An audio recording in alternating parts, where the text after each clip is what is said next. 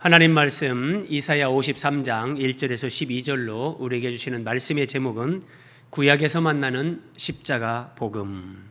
자, 1절부터 한번 살펴봅니다.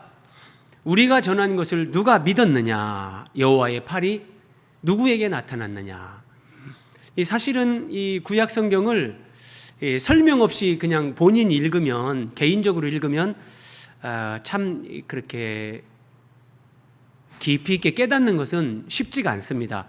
그래서 예수님이 승천하시면서 교회에 성경을 이렇게 바르게 가르치도록 목사를 선물로 주고 가셨다. 에베소에서 그렇게 말씀하시는데, 자, 이 말씀을 이해하기 위해서 먼저 보십시오.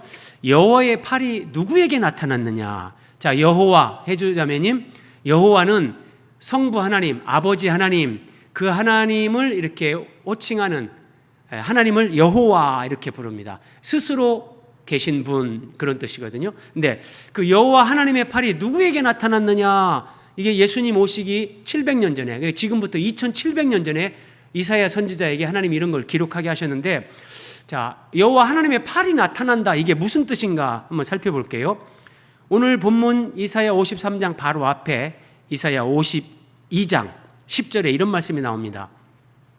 여호와께서 열방의 목전에서, 가능하면 스크린 그냥 보시면 제일 좋습니다. 스크린 보시면서, 스크린에 다 제가 띄워드리기 때문에, 자, 여호와께서 열방의 목전에서, 열방 지상의 모든 나라들의 목전에서 그의 거룩한 팔을 나타내셨다. 예. 모든 나라, 그러니까 온 세상 가운데 하나님의 거룩한 팔을 나타냈다 그래요. 하나님의 거룩한 팔을 나타냈다는 게 무슨 뜻이냐? 땅 끝까지 모두 우리 하나님의 구원을 보았도다. 자, 하나님의 거룩한 팔을 나타냈다는 것은 하나님이 구원하는, 하나님의 구원의 팔, 하나님의 구원이 이 땅 가운데 나타났다는 거예요. 네. 그런데 이사야 53장 1절에서 여호와의 팔이 누구에게 나타났느냐? 그러면 이것은 무슨 말이냐면, 하나님이 온 세상의 사람들을 구원하시는데 그 구원하는 하나님의 구원이 누구를 통해서 이루어지느냐, 누구에게 나타났느냐, 그런 말이에요. 그래서 결론적으로 답을 살펴본다면, 여호와 하나님의 구원이 하나님의 아들 그리스도 예수님을 통해서 온 세상의 모든 민족과 열방 가운데 나타날 것이다, 이 얘기예요. 자, 이것을 신약 성경으로 한번 연결해 볼게요. 여호와의 팔이 누구에게 나타났느냐? 하나님의 팔, 구원을 의미하는 거라겠어요. 자, 예수님이 요한복음 10장 28절 30절에서 이렇게 말씀하셨어요. 내가 그들에게 영생을 준다. 자, 예수님은 부활이고 생명이세요. 예수님이 생명이라고 할 때 우리의 이 생물학적 생명이 아니에요. 영원한 생명. 예. 우리 해주자매님, 진나라의 그 시황제 진시황도 영생을 얻고 싶어서 자기 신하들을 영생을 얻는 방법을 찾아오라고, 그 사람들이 우리나라 제주도까지 왔었다, 그런 기록들이 있어요. 죽지 않고 영원히 살고 싶어하는 거, 이게 사람의 본능인데 예수님이 말씀하세요. 예수님을 믿는 자들, 내가 그들에게 영생을 준다. 그리고 그들을 내 손에서 빼앗을 자가 없다. 자, 예수님을 믿고 구원받으면 그들에게 예수님이 영생을 얻게 하는데, 영생을 얻은 후에 그들을 그냥 내버려 두는 것이 아니라 예수님이 그들을 손으로 꽉, 우리의 손을 이렇게 꽉 잡아주는 거예요. 내 손에서 그들을 빼앗을 자가 없다. 그리고 그들을 주신 내 아버지는, 하나님 아버지죠, 만물보다 크심에 아무도 아버지 손에서 빼앗을 수 없느니라. 기가 막힌 거예요. 여호와의 팔이 누구에게 나타났느냐? 아버지 손에서 빼앗을 수 없느니라. 예수님을 믿고 구원받은 자들, 그들을 먼저 예수님이 이렇게 손으로 꽉 잡고 계세요. 그리고 이 손 위에 하나님 아버지께서 또 잡고 계세요. 그래서 예수님의 손과 하나님의 손이 예수님을 믿는 우리의 손을 이중으로 꽉 잡고 계신 거예요. 예. 그래서 누구도 그 구원에서 우리를 떨어지게 할 수 없다는 거예요. 그런데 우리가 전한 것을 누가 믿었느냐 그래요. 이런 하나님의 구원, 하나님이 독생자 하나밖에 없는 외아들 예수님을 이 땅에 사람으로 보내서 우리 대신 십자가에서 죄값을 지불하고 대신 죽게 하시고 부활하게 하셔서 우리를 구원하시는 이 하나님의 구원의 복음을 전해주는데 이것을 이스라엘 백성들이 믿지 않았다는 거예요. 우리가 전하는 것을 누가 믿었느냐? 잘 믿지 않았다는 거예요. 예. 다시 한번 보세요, 여러분. 설명드린 건데 이것을 여러분 꼭 기억하고 믿으셔야 돼요. 분명한 사실이에요. 우리 눈에 예수님이 안 보이지만, 하나님께서 우리 눈에 안 보이지만 우리가 예수 그리스도를 믿는다 고백한 그 순간부터 십자가에 못 자국 난 손으로 예수님은 내 손을 꽉 잡고, 이 손은 누구도 뗄 수가 없습니다. 거기에 하나님 아버지께서 다시 한 번 더 꽉, 누구도 우리를 어떻게 할 수 없다. 자, 하나님께서 우리 한 사람 한 사람을 이렇게 붙들고 계시는 것을 믿으면 정말 담대할 수 있는 겁니다. 이건 실제입니다. 실제. 자, 2절. 그는 주 앞에서 자라나기를 연한 순 같고, 연한 순 같다. 예를 들어서 여러분 그 나무에, 이 고목나무에 봄에 새순이 날 때 아주 파릇파릇 아주 연한 순, 그리고 마른 땅에서 나온 뿌리 같다. 그런데 여기에 그는 그럽니다. 그는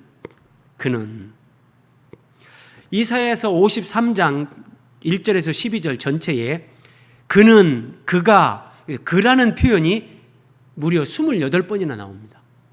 28번. 그래서 이사야 53장을 해석하는데 정말 중요한 것은 이사야 53장에 나오는 그가 누구인가를 아는 겁니다. 그가 누구인가? 그가 누구인가? 자, 이 말씀 조금 더 구체적으로 살펴보기 전에 이사야에서 53장을 읽다가 예수님을 만난 사람이 성경에 나옵니다.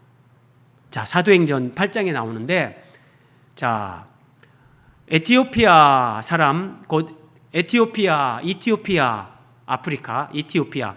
자, 그 에티오피아의 여왕 간다게라는 여왕의 국고를 맡은 관리인 네시가 예배하러 예루살렘에 왔다가, 여러분 제가 구글에다가 에티오피아에서 예루살렘 거리 검색을 했더니 한 4,100km 이렇게 나와요. 4,100km. 그래서 이 에티오피아에서 예루살렘까지 이 유월절을 지키면서 어떤 절기를 지키면서 예배를 하러 온다. 이 수천 킬로를 그때 당시 이 사람이 자동차도 없는데 수천 킬로를 와서 예루살렘에 와서 예배를 하고 간다는 것은 대단한 열심이 있는 사람입니다. 근데 이 사람이 예배하러 예루살렘에 왔다가 돌아가는데, 자, 다시 에티오피아 자기 집으로 돌아가는 거예요. 돌아가는데 수레를 타고 가면서 수레 위에서 성경을 읽고 있었던 거예요. 구약 성경을 읽고 있었는데 어디를 읽고 있었냐? 이사야의 글을 읽더라. 이게 이사야 53장, 우리가 오늘 살펴보는 여기를 읽은 거예요. 근데 여러분 한번 보세요. 오늘날도 많은 사람들이 예배에 와서 예배를 드리고 집으로 돌아가는데 예수님을 만나고 가야 되는데 예수님을 만나지 못하고 가는 사람들이 많아요. 자, 한번 다시 보세요. 8장 30절. 자, 이때 하나님께서 예루살렘 교회의 7집사 가운데 한 명이었던 빌립 집사를 성령으로 보내십니다. 성령으로 깨닫게 하고 감동하셔서, 그래서 빌립이 광야로 가서 이 에티오피아 네시, 이 사람 수레에 올라가는 겁니다. 그러면서 묻습니다. 뭐라고 있느냐? 성경을 읽고 있는데 이사야 글 읽는 것을 듣고, 제가 지금 이사야서를 읽고 있습니다. 이사야 선지자가, 빌립 집사가 말하는 겁니다. 읽는 것을 깨닫느냐? 야, 정말 당신 열심히 대단하다. 에티오피아에서 수천 킬로 떨어진 예루살렘까지 와서 예배를 드리고 또 돌아가는 길에 그 수레 위에서 또 성경을 읽으니 정말 당신 대단하구나. 그런데 당신 지금 읽는 성경을 깨닫고 있느냐? 잘 깨달아지느냐? 물었어요. 그랬더니 이 사람이 모르겠습니다. 이거 가르쳐주는 사람이 없고 지도하는 이가 없는데 내가 모르겠습니다. 그래서 이 빌립 집사가, 자,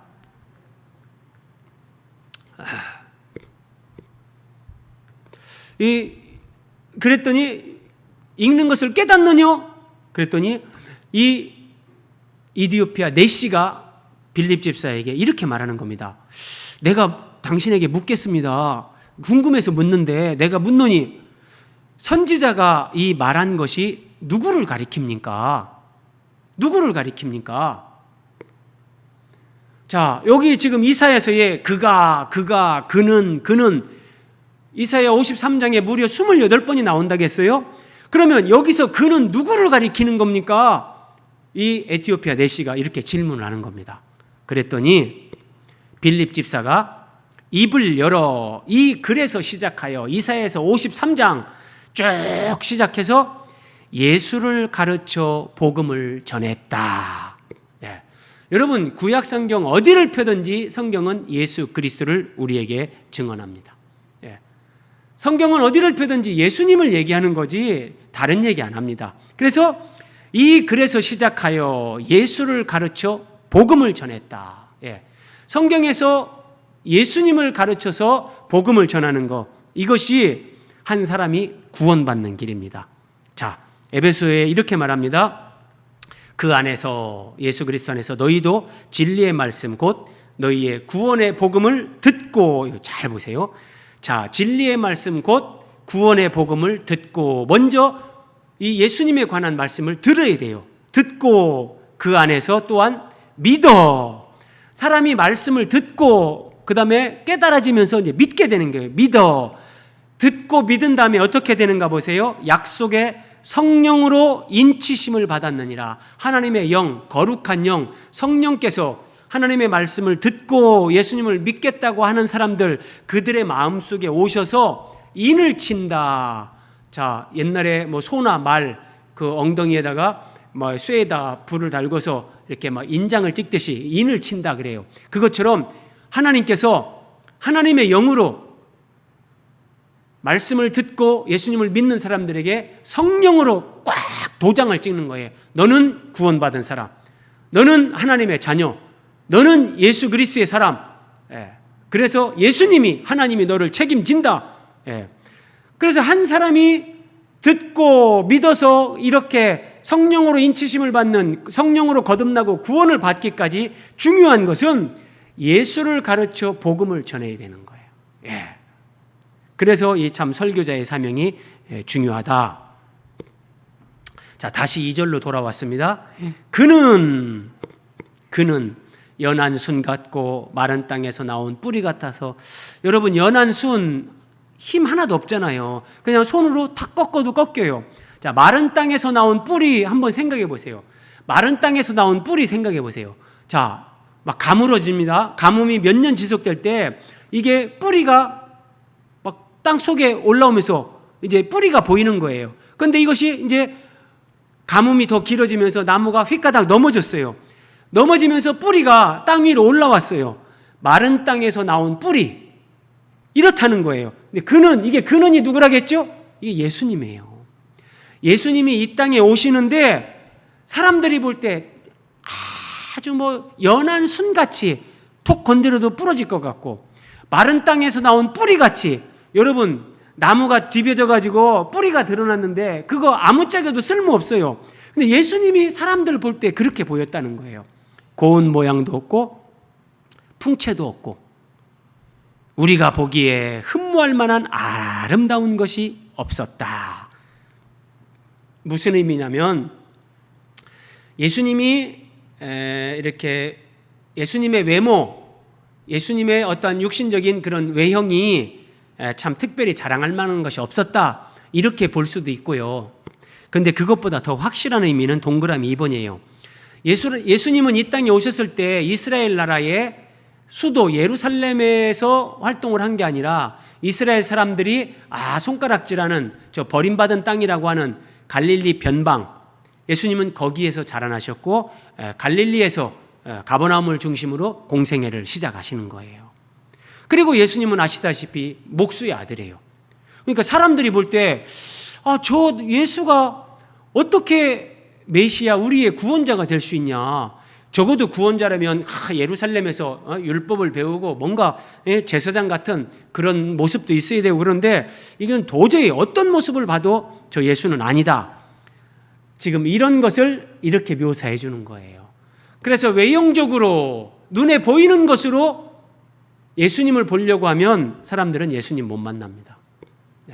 예수님은 늘 연약한 자들, 가난한 자들, 힘없는 자들, 그런 모습으로 나타나고 그들과 함께하지, 예수님은 유명한 사람들, 정말 내놓으라는 사람들, 그런 모습으로 우리를 찾아오지 않는다는 거예요. 자,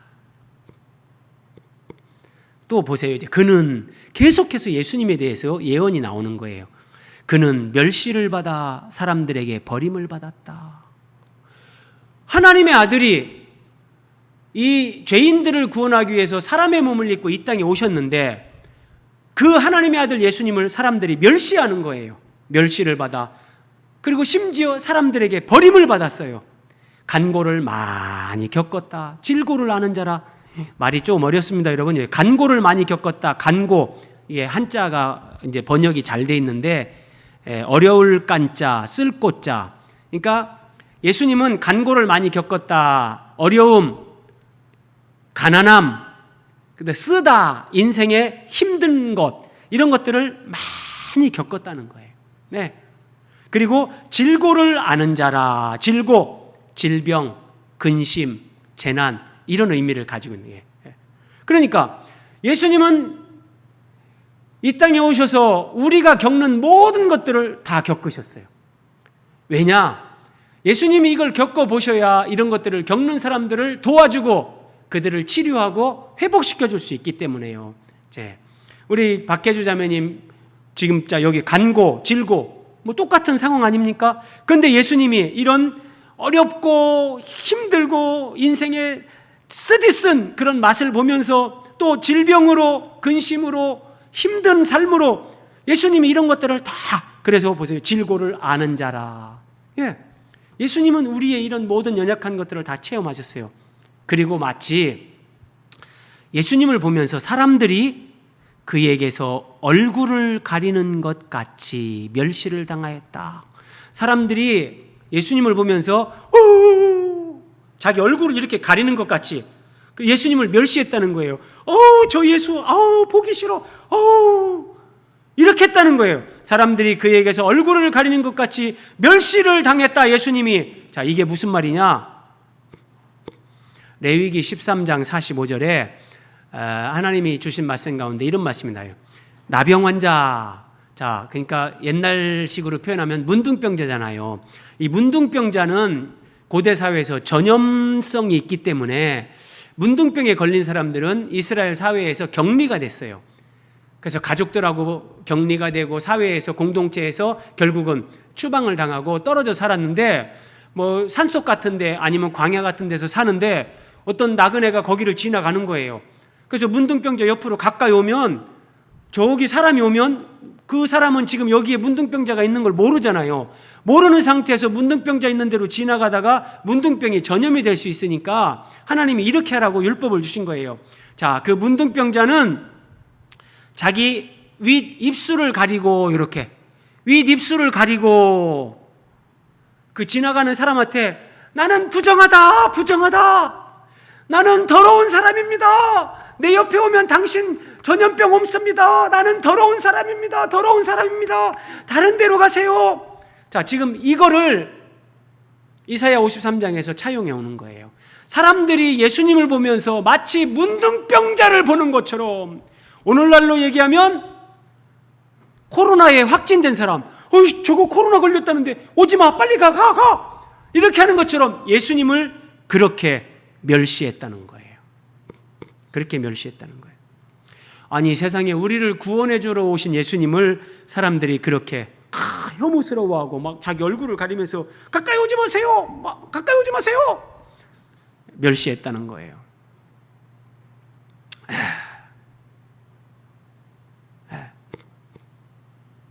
예수님이 이렇게까지 멸시를 당합니다. 왜 이런 멸시를 당하는가가 중요하겠죠? 자, 그리고 여기 한번 보세요.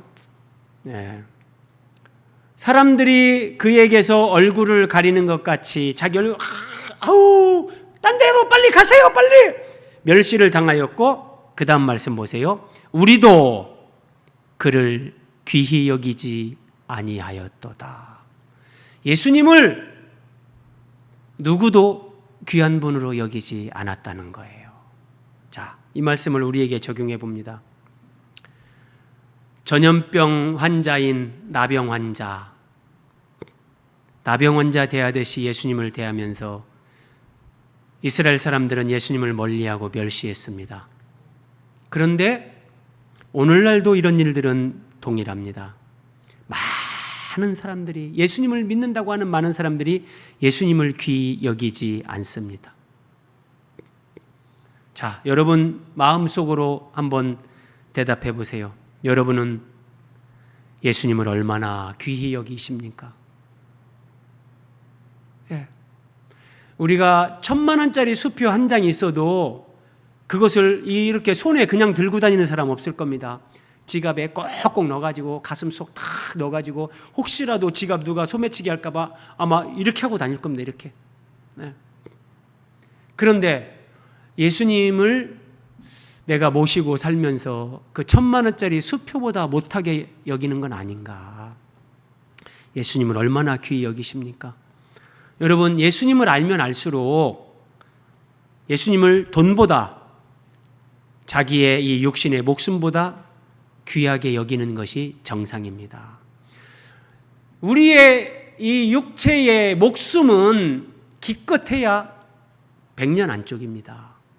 근데 예수님은 우리에게 영생을 주시기도 하고 우리를 죽이기도 하고 살리기도 하시는 분이란 말이에요. 그래서 그 예수님 안에 있으면 우리가 영생을 얻고 천국을 얻게 되는데 그 예수님을 1,000만 원짜리 수표보다도 귀하게 여기지 않는다면 사실은 예수님을 모르기 때문에 그러는 거예요. 예, 어린아이들은 1,000만 원짜리 수표 줘도 이 1,000원짜리보다도 소중하게 여기지 않아요. 모르니까, 이 수표를 모르니까. 그래서 예수님을 알긴 아는데 돈보다 내 목숨보다 예수님을 더 소중하게 여기지 않는다는 것은 예수님을 TV를 보면서 연예인을 아는 것처럼 그렇게 피상적으로 아는 거예요. 여러분, 우리가 최불암 씨를 알고 최수종 씨를 알고 뭐 TV에 나오는 가수, 뭐 연예인, 배우 많이 알잖아요. 그런데 그 배우들을 만나서 인격적으로 교제를 하면서 인격적인 교제를 나눠본 사람 대부분은 없어요. 우리는 내가 한 번도 만나보지 못한 연예인 내가 누구 안다 그렇게 얘기를 하는데 하나님도 그런 식으로 알면 그건 아는 게 아니란 말이에요. 하나님은 인격적으로 만나서 알아야 된다. 유대인들이 하나님의 백성이라고 했지만 하나님을, 예수님을 이렇게 피상적으로 알았기 때문에 그 예수님을 귀하게 여기지 않았다.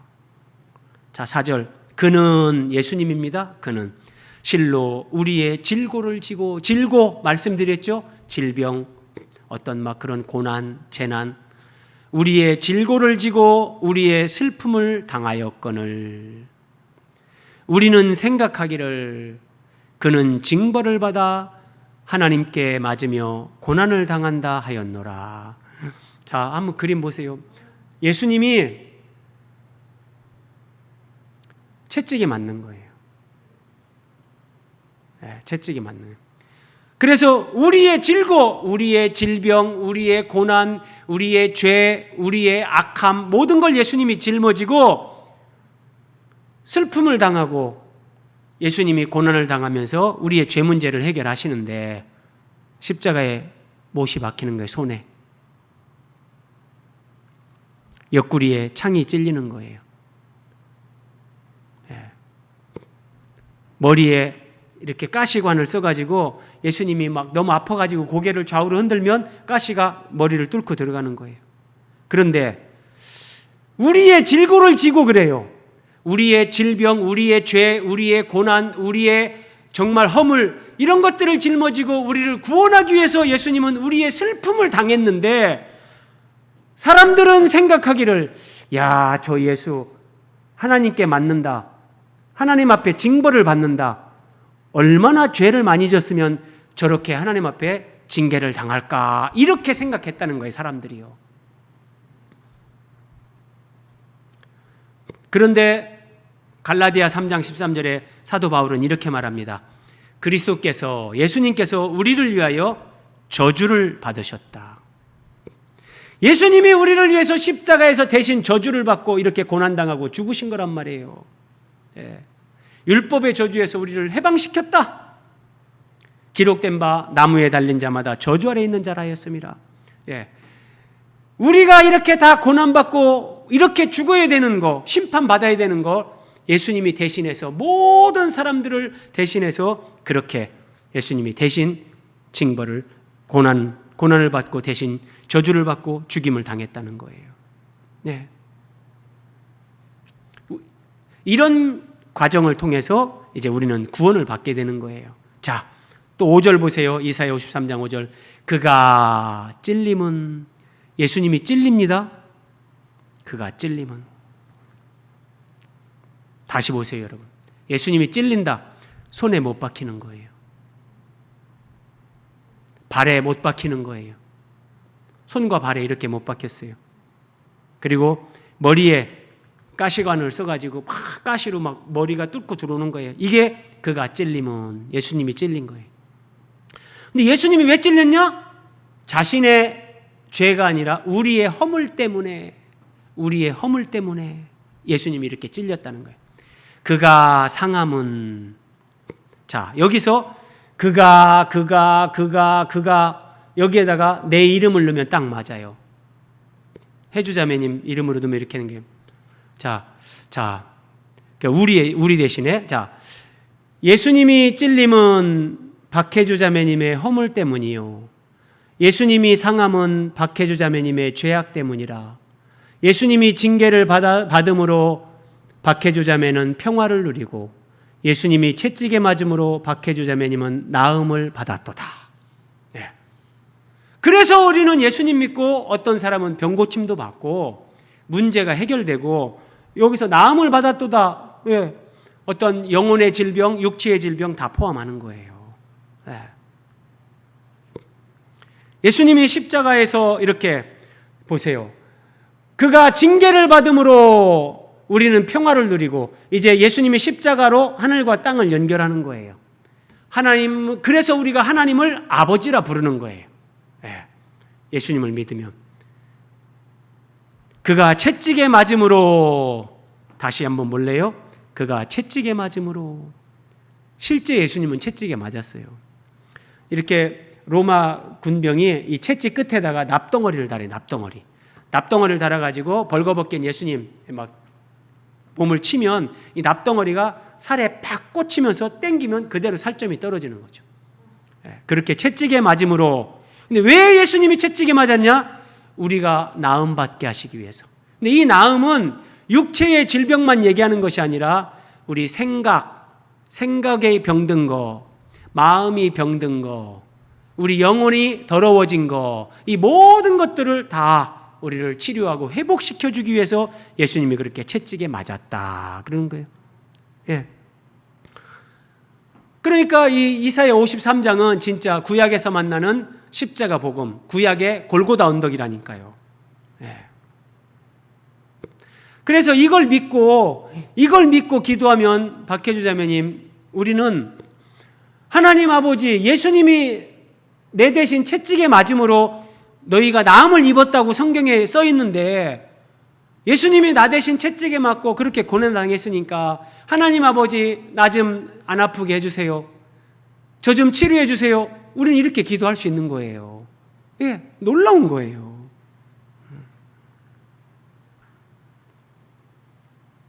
우리는 나음을 받았도다. 자, 6절. 우리는 다, 누구도 예외가 없습니다. 우리는 다 양 같아서 그릇 행하여 각기 제 길로 갔거늘. 자, 여기 보세요. 모든 사람은 이 땅에 태어나서 하나님 뜻대로 사는 것이 아니라 각기 제 길로 갔다 그래요. 자기 생각대로, 자기 원하는 대로 그렇게 살아가는 거예요. 그런데 여호와께서, 하나님 아버지께서는 우리 모두의 죄악을 그에게, 예수님에게 담당시키셨도다. 다시 보세요, 여러분. 각기 제 길로 갔잖아요. 우리는 다 양 같아서 그릇 행하여 각기 제 길로 갔다. 우리의 두 다리를 가지고 하나님이 원하는 길을 가는 것이 아니라 자기가 가고 싶은 길을 간 거예요. 그래서 예수님이 이 발에 못이 박히는 거예요. 내가 가지 말아야 될 곳을 우리가 간 거예요. 각기 제 길로 갔거늘. 그래서 우리의 그 죄와 허물을 대신해서 예수님이 발에 못 박히는 거예요. 그리고 또 예수님이 이렇게 손에 못 박히잖아요. 왜요? 우리의 이 두 손으로 정말 하나님을 섬기고 사람들을 사랑하고 돕는 일을 해야 되는데 그게 아니라 이 손으로 죄를 짓고 못된 짓을 했기 때문에 예수님이 우리 대신 손에 못 박힌 거예요. 또 우리가 생각으로 얼마나 죄를 많이 짓습니까? 생각으로 얼마나 누군가를 미워하고 죽였다 살렸다. 그래서 예수님이 우리 대신 이 머리에 가시관을 쓴 거예요. 우리가 생각으로 지은 이 죄를 해결하기 위해서 각기 제 길로 간 우리 한 사람 한 사람의 죄와 허물을 예수님이 다 짊어지고 양손, 양발, 머리 이렇게 찔림을 당하면서 우리 모두의 죄악을 하나님께서 예수님에게 담당시키셨도다. 그래서 여러분 예수님을 믿고 이제 중요한 것은 뭐냐면 예수님이 마태복음 16장 24절에서 이렇게 말씀하셨어요. 예수님을 따르려고 하는 제자도의 첫 번째 조건이에요. 누구든지 나를 따라오려거든 자기를 부인하고 자기 십자가를 지고 나를 따를 것이니라. 여러분 예수님을 따르려고 하는 사람들에게 예수님이 요구하시는 첫 번째 제자의 조건은 자기를 부인하라는 거예요. 자기를 부인하라. 자, 이걸 다른 버전으로 한번 보세요. 쉽게 얘기하면 누구든지 나를 따르려거든 자기를 버리고 자기 십자가를 지고 나를 따르라 그래요. 네. 그러니까 나를 버린다는 것이 나는 무가치한 존재구나, 나는 뭐 죽어야 되는구나 그런 게 아니라 각기 제 길로 갔단 말이에요. 각기 제 길로. 예수님 믿기 전에는 그때 예수님 믿기 전에는 내 맘대로 내가 가고 싶은 대로 가고 내가 하고 싶은 대로 하고 내 맘대로 살았는데 이제 예수님을 믿은 다음에 자기를 부인한다는 것은 어디를 가든지 무엇을 하든지 어떤 결정을 하든지 예수님의 이름으로 하나님 아버지 앞에 묻는 거예요. 하나님, 제가 오늘 어디를 가려고 하는데 이게 꼭 가야 됩니까? 아니면 가지 말아야 됩니까? 예를 들어서 그러면서 하나님이 네가 거기를 가지 않으면 좋겠다 이런 깨달음이나 어떤 마음의 생각을 줄 때 가지 않는 거예요. 이런 것들 하나하나가 자기를 부인하는 거예요. 내가 내 마음에 누가 막 미워져요. 여러분 사람이 미워질 때 마음에 기쁜 사람은 하나도 없어요. 마음에 막 누가 미워지면서 마음이 불편해질 때 옛날 같으면 두고 보자. 내가 끝까지 너 그냥 두나 이러고 말 건데 이제 예수님을 믿게 되면 그걸 가지고 기도하는 거예요. 하나님, 제 마음에 누가 자꾸 걸리고 막 용납이 안 되고 좀 미워지는 마음이 일어나고 그래서 제 마음이 불편한데 하나님 도와주세요. 하나님 도와주세요. 이렇게 기도하면 하나님께서 이렇게 감동을 주시는 거예요. 뭐라고 말씀하시냐면 그 사람 네가 용서해라. 너도 예수님 믿고 다 용서받았는데 그 사람 네가 용서해줘라. 이런 마음에 감동이 오는 거예요. 그럼 그때 하나님 진짜 내 본성대로 하면 저 사람 내가 용서할 수 없는데 하나님이 용서하라니까 용서하겠습니다. 이런 것들이 자기를 부인하는 거예요. 이게 나를 버리는 거예요. 내 생각대로 내 마음대로 살던 사람이 하나님의 뜻대로 이제 생각을 방향 인생의 길을 다 수정하고 고치면서 하나님 뜻대로 살려고 하는 거, 이게 자기를 부인하고 자기를 버리는 거다. 이거 없이 믿음 생활하면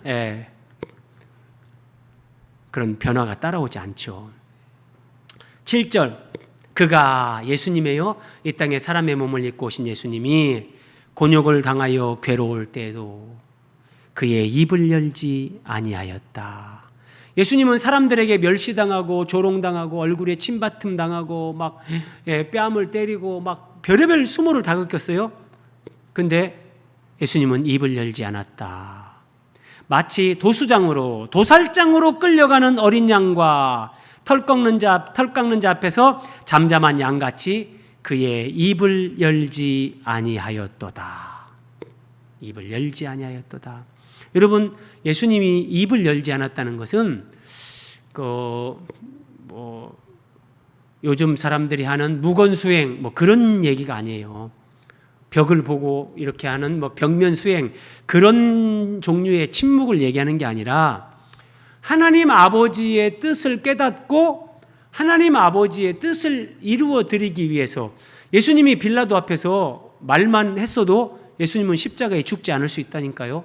근데 예수님이 끝까지 말을 하지 않으세요. 왜냐하면 예수님이 십자가에 우리 대신 죽으셔야 우리가 구원받을 수 있기 때문에 예수님은 십자가의 길을 가셔야 되는 거예요. 그게 하나님 아버지의 뜻이었어요. 그래서 예수님은 하나님 아버지의 뜻에 자기 목숨을 내어놓으면서 순종하는 거예요. 이게 입을 열지 않았다. 7절 한 절에 입을 열지 않았다는 게 2번이나 반복되는 겁니다. 예수님의 침묵은 하나님 말씀에 절대 복종하는 순명, 그 하늘의 명령 거기에 순종하는 거, 순명. 그래서 입을 열지 않는 거, 어려운 일, 괴로운 일, 억울한 일, 누명 썼을 때도 입을 열지 않는 거, 결말을 아는 이가 가는 길이 침묵이다. 침묵하고 예수님이 가시면 나중에 어떻게 됩니까?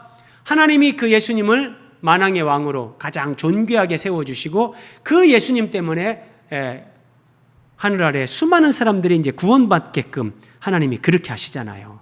예수님은 이걸 아시기 때문에 입을 열지 않고 그 길을 가신 거예요. 침묵은 죽음을 넘어선 죽음이다. 침묵은 하늘 아버지에 대한 완전한 사랑이다. 여러분, 기독교는 이런 부분으로 우리를 끌고 가요. 굉장히 예수님을 믿고 하나님 앞에 살아가는 이 믿음의 삶은 굉장히 심오한 거예요. 10절 여호와께서 그에게 상함받게, 자, 하나님 아버지께서 예수님을 상하게 했다. 상처투성이, 그리고 질고를 당하게 했다. 예수님도 육신적으로 아픔을 경험하고, 때로는 그런 막 고난, 상처, 막 사람들이 겪을 수 있는 걸 다 겪는 거예요. 제자가 배신을 했지요. 예수님의 육신의 형제들도 예수님의 그걸 마음을 알지 못하고 예수님에게 막 말을 함부로 하죠. 그런데 하나님께서 왜 예수님에게 이런 상함받게 하고 질고를 당하게 하셨는가?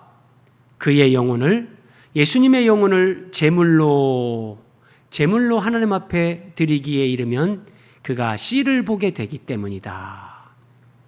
예수님이 자신을 십자가에서 화목제물로 하나님 앞에 드림으로 그가 씨를 보게 되고 그의 손으로 여호와께서 기뻐하시는 뜻을 성취하리로다. 하나님의 뜻을 성취하기 위해서 그렇게 했는데, 자, 여기서 그럼 예수님이 씨를 본다, 제가 몇 번 설명드린 적이 있는데 이게 무슨 말인가? 예수님이 씨를 본다. 예수님이 십자가에서 달려서 하나님의 뜻을 성취하기 위해서 순종함으로 죽기까지 그렇게 복종하면 씨를 보게 된다. 이게 무슨 말인가? 자, 요한복음 12장 24절 예수님이 이렇게 말씀하셨어요. 한 알의 밀이, 자, 보리, 밀, 그 밀입니다. 한 알의 밀이 땅에 떨어져 죽지 않으면, 한 알의 밀이 그냥 이 그릇 안에 밀 그대로 있으면 죽지 않으면 한 알 그대로 있고, 근데 이 한 알의 밀이 땅에 떨어져서 흙에 묻혀서 썩는 거예요. 썩으면서 껍질이 벗어지면서 거기서 새싹이 나오는 거예요. 그래서 한 알의 밀이 땅에 떨어져서 죽으면, 한 알의 밀이 땅에 떨어져 죽으면 많은 열매를 맺느니라. 많은 열매를. 여러분, 여기에서 한 알의 밀이 누굽니까? 한 알의 밀이 예수님이란 말이에요. 그림으로 보실까요? 예수님이 하늘에서 이 땅에 사람으로 내려오셨는데 마치 이게 하나의 씨앗. 예수님이 이 땅에 오셨을 때는 예수님 혼자 이 땅에 오셨지만 그 예수님은 하나의 밀알, 씨였단 말이에요. 근데 그 예수님이 십자가에서 죽으시면서 예수님이 땅으로 왔어요. 예수님이 하늘에서 땅으로 왔죠. 땅에 떨어졌어요. 그리고 십자가에서 죽어요. 십자가에서 죽으니까 어떻게 됩니까? 예수님 하나의 밀이 땅에 떨어져 죽었어요. 그랬더니 이렇게 이게 밀밭입니다. 밀밭. 이게 예수님이 하나의 밀인데 이 밀밭에 이 밀을 다 추수해서 숫자를 센다면 세기 어렵습니다. 그러니까 모든 민족과 열방 가운데 구원받는 사람들, 하늘의 별과 같이 바다의 모래알 같이 그렇게 많아지게 됐다. 이게 예수님이 화목제물로 자신을 십자가에 드리면 씨를 보게 된다. 예수님은 십자가에서 죽으실 때 이제 예수님을 믿고 구원받게 될 그 수많은 사람들을 미리 내다보셨다는 거예요. 네. 이게 씨를 보게 되며 그런 뜻이고요. 11절, 많은 사람을 의롭게 한다. 의롭게. 여러분, 사람이 의롭게 되는 거, 아담과 하와가 선악과를 먹은 후에, 죄인이 된 후에 인류에게 가장 절박한 것은 어떻게 하면 사람이 하나님 앞에 의롭다함을 받는가, 이거예요. 의롭다함을 받는다는 것은 우리가 죄 사함을 받고 하나님 앞에 다시 나아가서 하나님과의 관계가 회복되고 영생을 얻게 되는가, 이런 것들을 다 포함해서 사람이 의롭게 된다. 이걸 의롭다함이라고 하는데, 자, 십자가에서 예수님이 죽으심으로 우리 대신 많은 사람을 의롭게 하게 된다. 그들의 죄악을 친히 담당하시기 때문에. 자, 예수님이 오시기 전까지 사람이 의롭게 될 수 있는 딱 한 가지 방법, 그것은 하나님의 율법, 모든 법을 다 지키는 거예요. 그런데 율법의 행위로 하나님 앞에 의롭다 하심을 얻을 육체가 없다. 성경에 나와 있는 그 수백 가지의 법을 다 지켜야 되는데, 하나님의 법 가운데 인간이 지킬 수 없는 것은 마음으로 음탕한 생각을 해도 그거 하나님 앞에 그건 간음이 돼요. 생각으로 누구를 미워하고 비난하고 도적질을 해도 생각으로만 그렇게 해도 그것도 하나님 앞에 죄가 돼요. 그래서 사람은 하나님의 법을 온전히 지킬 수 있는 사람이 없습니다. 율법의 행위로 의롭다함을 받을 사람이 없다는 거예요. 그런데 그림 한번 보세요. 한 사람이 늪에 빠졌어요. 늪에 빠졌는데 이 사람이 늪에서 막 나오려고 해요. 나오려고 몸부림을 칠수록 더 늪으로 빠져드는 거예요. 예, 죄인이 내가 죄 문제로부터 벗어나려고 아무리 노력을 해도 노력하면 할수록 더 빠져드는 거예요. 예, 안 돼요. 사람은 스스로 자기를 구원할 수 없어요. 그래서 하나님이 예수님을 이 땅에 보내시는 거예요. 이제는 율법 외에 하나님의 한 의가 나타났다. 예, 이제는 율법 말고 하나님의 한 의가 나타났다. 율법과 선지자에게 증거를 받은 것이라. 그래서 구약의 모든 율법과 선지자들이 증거한 한 의, 그게 뭐냐? 예수 그리스도를 믿음으로, 사람이 예수 그리스도를 믿음으로 말미암아 모든 믿는 자에게 미치는 하나님의 의다. 예수 그리스도를 믿기만 하면 그 믿음으로 인해서 이제 모든 죄가 사함을 받고 하나님의 다시 자녀가 되는 거예요. 하나님과 관계가 회복되고 영생, 천국을 누리게 한다. 믿음으로 이 하나님의 의를 받게 된다. 아니, 하나님은 그렇게 마음대로 할 수 있습니까? 그러면 뭐 예수님 안 보내고도 그렇게 해주셨으면 됐죠. 근데 그게 안 돼요. 예수님을 믿는 자들을 왜 의롭다 할 수 있는가? 그들이 죄사함을 받고 천국에 갈 수 있고 영생을 얻을 수 있는가? 5절 다시 보세요.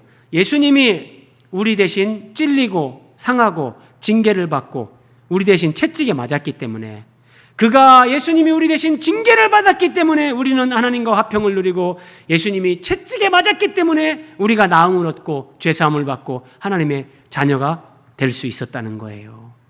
거저 되는 게 아니에요, 여러분. 어떻게 우리가 예수 그리스도를 믿음으로 의롭게 되는가? 10절 말씀에서도 다시 보세요. 여호와께서 그에게, 예수님에게 상함받게 하고 질고를 당하게 하셨은즉 그의 영혼을 속건제물로 드리기에 이르면, 예수님이 자신을 하나님 앞에 화목제물로 죽기까지 복종함으로 자신을 제물로 드리신 거예요. 예. 그래서 그 예수님이 죄값을 다 지불하고 인생들의 모든 죄 문제를 해결했고 죽음의 문제를 해결했기 때문에 예수님을 믿는 자들을 하나님이 의롭다 하실 수 있는 거예요. 자, 구약에 나타난 십자가 복음 살펴보고 있습니다. 11절, 그가, 예수님이에요, 자기 영혼에 수고한 것을 보고. 자, 여러분, 예수님이 자기 영혼에 수고한 것을 보고 그래요. 자기 영혼에 수고한 것, 십자가에서 모든 인생들의 죄를 짊어지고 대신 고난받고 죽으신 거죠. 자기 영혼에 수고한 것. 그런데 자기 영혼에 수고한 것을 보고 그래요. 여기서 무엇을 본다는 건가? 예수님이 뭐 자기 고난당하는 걸 본다는 말인가? 그게 아니고 자기 영혼에 수고한 것을 본다. 그리고 만족하게 여긴다. 여러분, 예수님이 십자가에서 자기 영혼을 속건제물로 드리고 화목제물로 하나님 앞에 드림으로 이제 예수님을 믿는 자들이 구원받는 거예요. 그 구원받은 그들을 성도, 거룩할 성자, 무리도자, 하나님의 백성, 거룩한 무리, 예수님을 믿고 구원받은 자들, 성도라고 하는데 땅에 있는 성도들은 존귀한 자들이니. 자, 이들이 얼마나 존귀한 자들이냐? 하나님이 말씀하세요. 나의 모든 즐거움이 그들에게 있다. 하나님이 예수님 믿는 사람들을 보면 하나님이 막 기뻐서 어쩔 줄 모른다는 거예요. 자, 예수님이 자기 영혼에 수고한 것을 보고 이제 십자가를 통해서 구원받는 사람들, 그들이 이 땅의 성도들인데 그게 신약으로 오면 바로 교회예요. 교회. 교회는 건물이 아니라 예수님을 믿는 사람들이라겠어요. 교회는 그의 몸이니. 예수님 믿는 사람들이 예수님이에요. 예수님의 몸이에요.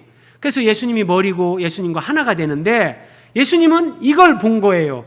이걸 보고 만족하게 여길 것이라. 만족하게 여길 것이라. 그래서 에베소 1장 23절 교회는 그의 몸이니 만물 안에서 만물을 충만하게 하시는 분이 예수님이에요. 예수님이 하나님 아버지와 함께 만물을 창조하셨고 그 만물을 지금도 주관하세요. 우주와 인류 역사와 각 개인의 인생과 모든 걸 주관하고 섭리하시는데 만물을 충만하게 하시는 그 예수님이 교회를 통해서 교회 안에서 예수님도 충만함을 누리신다. 교회는 그의 몸이니 만물을 충만하게 하시는 이의 충만함이다. 여러분, 우리가 하나님 안에서 예수님 안에서 예배를 통해서 막 충만한 은혜를 누리잖아요. 근데 예수님이 그의 몸인 교회 안에서 만물을 충만하게 하시는 그 예수님도 교회에서 충만함을 누린다. 놀라운 말씀이에요. 그래서 예수님이 자기 영혼에 수고한 것을 보고 만족하게 여긴다. 와, 이제 예수님을 믿고 구원받을 자들, 예수님의 신부로 교회가 될 자들, 그들을 보면서 예수님이 만족하게 여긴다. 예수님이 이 땅에 오시기 700년 전에 이런 예언의 말씀이 기록이 되고 이 말씀 그대로 예수님이 성취하시는 거예요. 여러분, 정말 놀라운 말씀이에요. 오늘도 예수님은 우리 한 사람 한 사람을 보시면서 기뻐하시고 즐거워하시고 만족해 하십니다. 교회가 거룩하고 순결하고 주님의 신부로 주님의 몸인 교회로 그렇게 아름답게 세워질 때 예수님이 그걸 보면서 막 그 예수님도 교회 안에서 충만한 기쁨을 누리신다는 거예요. 할렐루야입니다. 할렐루야, 여러분. 그래서 제가 여러분, 예수님이 십자가에 죽으신 것은 나 한 사람을 천국으로 데려가기 위해서가 아니라 교회를 탄생시키고 교회를 세우기 위해서라고 제가 말씀드리는 거예요. 이게 여러분 매우 매우 중요한 차이예요. 이거 모르는 사람들은 내가 예수 믿고 천국 간다, 예수님이 나 천국 가게 하려고 십자가에 죽었다 그러는데 그게 아니에요. 예수님은 나 한 사람이 아니라 그리스도의 몸인 교회. 자, 그래서 여러분, 진짜 이 교회의 비밀, 교회의 영광을 아는 사람들은 자기 목숨을 바쳐서 교회를 사랑합니다. 자기의 모든 것을 다해서 교회를 섬기고 수고하는 거예요. 제가 볼 때 우리 교회에 이렇게 교회를 섬기는 분들이 있어요. 제가 일일이 다 말하지 않습니다. 그러나 교회를 알고 하나님을 알고 하나님의 사랑과 은혜를 알고 그러면 여러분 그냥 이런 삶이 따라오게 돼 있어요. 왜냐하면 예수님도 그 교회에서 충만함을 누리시는데 참 표현할 수가 없는 거예요. 그가 자기 영혼에 수고한 것을 보고 만족하게 여길 것이라. 이걸 보고 예수님은 십자가에서 기쁨으로 죽으시는 거예요. 기쁨으로. 자, 마지막 12절만 살펴봅니다. 그가 자기 영혼을 버려 사망에 이르게 하며 범죄자 중 하나로 헤아림을 받았다. 예수님이 십자가에 죽을 때 좌편 우편에 두 강도와 함께 죽었잖아요. 이게 예수님이 범죄자 중 하나로 헤아림을 받았다 이 의미고요. 그러나 그가 많은 사람의 죄를 담당하며 범죄자를 위하여 기도하였느니라. 예수님이 범죄자를 위해서 기도했다 그럽니다. 여러분, 예수님이 범죄자를 위해서 기도했다. 여러분, 이 기도가 어떤 기도라고 생각을 하십니까? 자, 1차적으로 가장 쉽게 생각하면 십자가 가운데에 달려서 예수님이 기도하시죠. 아버지여, 저들의 죄를 사하여 주옵소서. 저들은 자기가 하는 것을 알지 못하나이다. 예수님을 십자가에 못 박고 네가 하나님의 아들이면 내려와 봐라. 네가 내려오면 우리가 진짜 믿어줄게. 막 예수님을 조롱합니다. 예, 막 모욕합니다. 십자가에서 피 흘리면서 죽어가면서 예수님은 기도했습니다. 아버지여, 저들의 죄를 사하여 주옵소서. 자기들이 하는 것을 알지 못합니다. 이게 범죄자들을 위해 기도했다. 그렇게 적용할 수 있습니다. 그런데 조금 더 나가야 됩니다. 여기서 하나 더. 십자가에서 그렇게 기도하신 예수님의 기도는 지금도 계속됩니다. 어떻게 계속되는가? 로마서 8장 34절. 누가 정죄하리요? 죽으실 뿐 아니라 다시 살아나신 이는 그리스도시니. 자, 예수님은 죽으시고 다시 살아나셨어요. 그런데 살아나신 예수님, 그는 하나님 우편에 계신 자요. 부활하셔서 승천하셔서 하나님 우편에 계신 자요. 자, 지금도 천국에서 하나님 보좌 우편에서 예수님이 하시는 일이 뭐냐? 우리를 위하여 간구하신다. 예수님은 기도하고 계시는 거예요. 자, 예수님이 어떤 기도를 하냐? 우리 박혜주 자매님 어머님이 늦게 예수님을 믿으시고, 그러면 이제 예수님을 믿고 기도하시는 거예요. 하나님 아버지, 제가 이렇게 나이 들어서 늦지막히 예수님을 믿었는데 진짜 하나님이 살아계시고 천국이 있네요. 진짜 예수님을 믿으면 영생이 있네요. 하나님 아버지, 내 사랑하는 딸 혜주가 저렇게 열심히 절에를 가는데 이제는 예수님을 믿고 구원받을 수 있게끔 하나님 도와주세요. 하나님 은혜 베풀어 주세요. 어머님이 막 기도한 거예요. 그럼 예수님은 그걸 들으세요. 그걸 듣고 예수님은 이제 하나님 오른쪽에서 하나님 아버지 앞에 간구하시는 거예요. 하나님 아버지, 저 대한민국에 저기 경상도에 저 박혜주라고 살고 있는데 하나님 아버지, 그 어머니가 나를 먼저 믿고 이렇게 딸을 위해서 기도합니다. 내 이름으로, 예수님의 이름으로 이렇게 기도를 하는데 아버지요, 제가 그 기도를 또 대신 간구합니다. 아버지요, 이 기도를 받으시고 저 창원에 살고 있는 박혜주 저 딸을 아버지요 구원하여 주옵소서. 하나님께서 혜주 자매님이 어쨌든 이런저런 일들을 겪으면서 뭐 잘 나갈 때, 돈 많을 때, 건강할 때, 뭐 내가 세상에서 떵떵거리면 교회 안 나오죠. 근데 힘들고 어렵고 뭔가 내 뜻대로 안 되고 아프고 그래서 진짜 교회나 가볼까 뭐 이러다가 교회 오시게 된 거예요. 예수님이 지금도 승천하셔서 부활하신 예수님이 지금도 하나님 우편에서 우리를 위해서 간절히 기도하고 계시는 거예요. 그래서 우리가 오늘날도 죄에 넘어지지 않고 마귀를 이기고 믿음 생활할 수 있는 거예요. 한 말씀만 마지막으로 더 보세요. 그러므로 자기를 힘입어 하나님께 나아가는 자들을, 예수님 얘기예요. 예수님, 제가 예수님을 믿습니다. 예수님의 이름으로 기도합니다. 예수님 저 좀 도와주세요. 이렇게 예수님을 힘입어 하나님께 나아가는 자들을 예수님은 온전히 구원할 수 있다. 그들이 도와달라고 하는 거 다 도와주실 수 있다. 왜냐?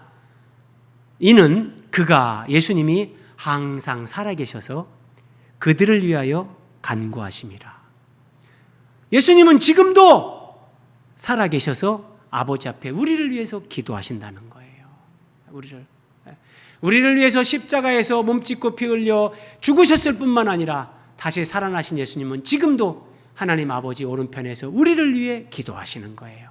예수님의 기도가 응답되지 않겠습니까? 예수님의 기도는 다 응답되죠. 그러면 그 예수님이 내 손을 꼭 잡고 계시고 그 예수님이 나를 위해서 하나님 아버지 앞에 간구하고 계시는 거예요. 그러면 하나님 아버지께서 그 기도를 받으시고 우리를 예수님의 뜻대로 도와주시고 다 도와주시는 거예요. 정말 우리가 육신의 연약함 때문에, 질병 때문에 고통당할 때 하나님이 만져주시고요. 우리가 정말 너무나 힘들어서 살 수 없을 것 같을 때 하나님 앞에 기도하고 정말 눈물을 흘릴 때 하나님이 그 눈물 닦아주시고요. 예수님이 다가오셔서 힘내라, 염려하지 말라, 두려워하지 말라, 내가 너와 함께한다. 내가 너를 돕는다. 내가 너를 책임진다. 내가 너를 위해서 십자가에 죽기까지 했는데 내가 너를 그냥 두겠느냐? 예수님이 그렇게 말씀하시면서 우리를 도우시는 거예요. 자, 마지막 말씀. 이를 위하여 너희가 부르심을 받았으니 그리스도도 너희를 위하여 고난을 받으사 너희에게 본을 끼쳤다. 예수님이 십자가의 길을 가시고 고난당하시고 몸짓고 피 흘려 죽으시고 이 모든 것은 우리에게 본을 보인 거란 말이에요. 왜요? 그 자취를 따라오게 하려고.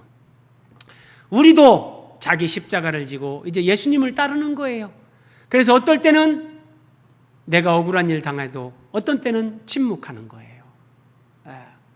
내가 이 말을 하면은 내가 미워하는 사람 완전히 함정 코너에 빠지게 몰 수 있고 그 사람이 정말 난감하게 만들 수도 있지만 내가 하나님 믿는 사람인데 좋지 않은 말은 나에게서 끊어져야 된다. 내가 침묵하자.